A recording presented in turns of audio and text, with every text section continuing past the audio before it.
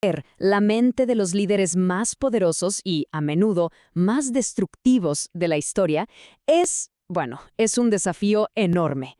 ¿Cómo se puede saber qué pensaban si lo único que nos queda es el eco de sus acciones? Y esa es la gran pregunta que nos convoca hoy. ¿Es realmente posible mirar las páginas de un libro de historia y decir, ajá, aquí hay un patrón psicológico claro? ¿Podemos hacerlo solo con discursos, cartas y testimonios? Claro, el principal problema, como dicen todos los expertos, es la distancia. No es que podamos sentar a estas figuras en un diván para analizarlas. Todo lo que tenemos es su comportamiento público, las leyes que firmaron, las guerras que empezaron. Pero, y esto es lo interesante, incluso a la distancia empiezan a surgir patrones que son increíblemente claros. Para empezar a desentrañar esto, vamos a viajar un poco en el tiempo.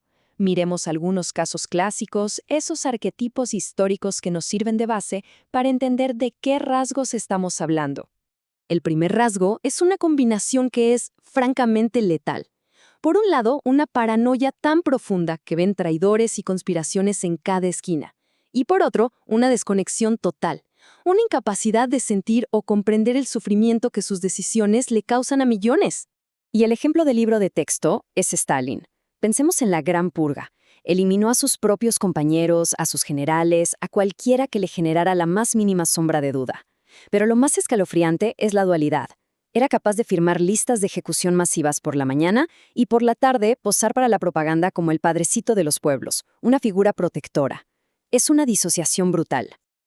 Ok, ahora hablemos de otro ingrediente clave en este perfil.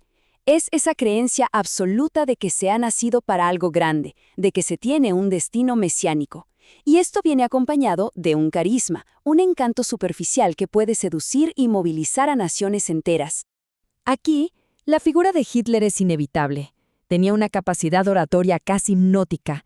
Podía encender a las masas, hacerles sentir parte de algo grandioso.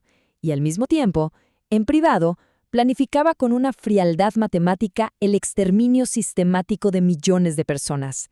El encanto para las masas y el horror calculado, funcionando en paralelo. Y si pensábamos que eso era lo peor, llegamos a un nivel de crueldad que ya es otra cosa. Aquí no hablamos solo de falta de empatía, sino de un disfrute activo, un placer en el dolor de los demás. Todo esto combinado con una impulsividad que no respeta ninguna norma, ninguna ley, ninguna lógica. El caso de Calígula es quizá el ejemplo más puro de esto. Su gobierno no se recuerda por sus políticas, sino por su crueldad gratuita, por un derroche obsceno y un desprecio total por la vida humana. Sus actos no parecían tener una estrategia de poder, eran impulsos sádicos, puro capricho y crueldad por el placer de ejercerla. Bueno, hemos visto los casos históricos, pero ¿cómo analizan esto los psicólogos políticos hoy en día? ¿Qué herramientas usan para identificar estos patrones en el mundo moderno? Pues bien, usan un marco que se llama la tríada oscura. Suena a película, ¿verdad? Pero es un concepto muy serio. A ver, se divide en 3 partes. Primero, narcisismo. Esa necesidad insaciable de admiración, de sentirse especial. Segundo, maquiavelismo. La tendencia a manipular, a mentir y a explotar a otros para conseguir lo que se quiere. Y tercero, psicopatía, que es en esencia la falta total de empatía y remordimiento. Y aquí es donde se pone complicado para quien observa desde afuera, porque a simple vista, un líder con estos rasgos puede parecer un líder fuerte, decidido, audaz, que no le tiembla el pulso. La diferencia fundamental, nos dicen los expertos, está en la motivación. Un líder fuerte busca el éxito de su país o su proyecto. Un líder con estos rasgos oscuros busca una sola cosa: la satisfacción personal que le da el poder, el control absoluto.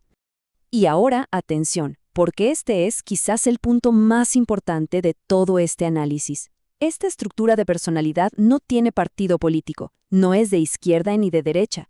La ideología, cualquiera que sea, es solo una herramienta, un vehículo, el disfraz perfecto para su verdadero objetivo. Miren qué interesante, el rasgo de grandeza mesiánica, de sentirse un salvador. Lo vemos en Stalin con su culto a la personalidad como el padrecito de los pueblos, pero es que es el mismo patrón que usó Franco en España, al presentarse como el caudillo que protegía la reserva espiritual de Occidente. Misma estructura psicológica, banderas totalmente opuestas. En el caso de Pinochet en Chile, los analistas hablan del psicópata organizacional a escala de Estado. Es una idea escalofriante, porque se refiere al terrorismo de Estado gestionado como si fuera una empresa, con estructuras eficientes, compartimentadas, diseñadas para torturar y desaparecer gente de forma sistemática, mientras hacia afuera se proyectaba una imagen de orden y progreso económico. Y en América Latina, el caso de Trujillo en República Dominicana es de manual. El nivel de narcisismo maligno era tan descarado que le cambió el nombre a la capital del país. Se llamó Ciudad Trujillo. Imagínense, su control sobre la vida y las propiedades de la gente era absoluto, y su crueldad ante la más mínima crítica simplemente no tenía límites. El material de origen sugiere que, del lado de la derecha, este tipo de personalidad suele seguir un guión bastante reconocible. Primero, se presentan como el Salvador, que traerá orden, justificando así la eliminación de derechos en nombre de la seguridad. Luego, deshumanizan a la oposición llamándolos enemigo interno, terroristas o plagas que hay que erradicar. Y finalmente, justifican el sufrimiento que causan como un costo necesario para un bien mayor. Ok, entonces, si la ideología es solo el disfraz, ¿cuáles son las jugadas, los patrones que siempre se repiten, sin importar la bandera que usen para llegar al poder y mantenerse en él?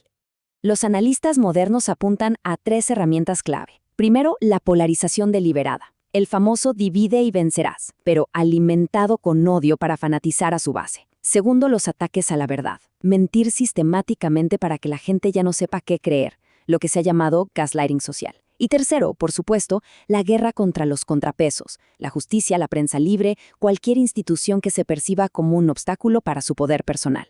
Al final, y esto es lo que tenemos que entender, el objetivo nunca es el bienestar del país. Para este tipo de personalidad, el poder no es un medio para un fin. El poder es el fin. La meta no es el éxito de la nación, es la satisfacción puramente personal que se obtiene al dominar a los demás. Punto. Y todo este recorrido nos deja con una pregunta final.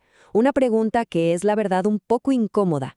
¿Será posible que nuestros propios sistemas de poder, políticos, corporativos, sociales, al valorar tanto la audacia, la ambición sin límites y la decisión rápida, estén sin quererlo recompensando justo los rasgos de las personalidades más peligrosas?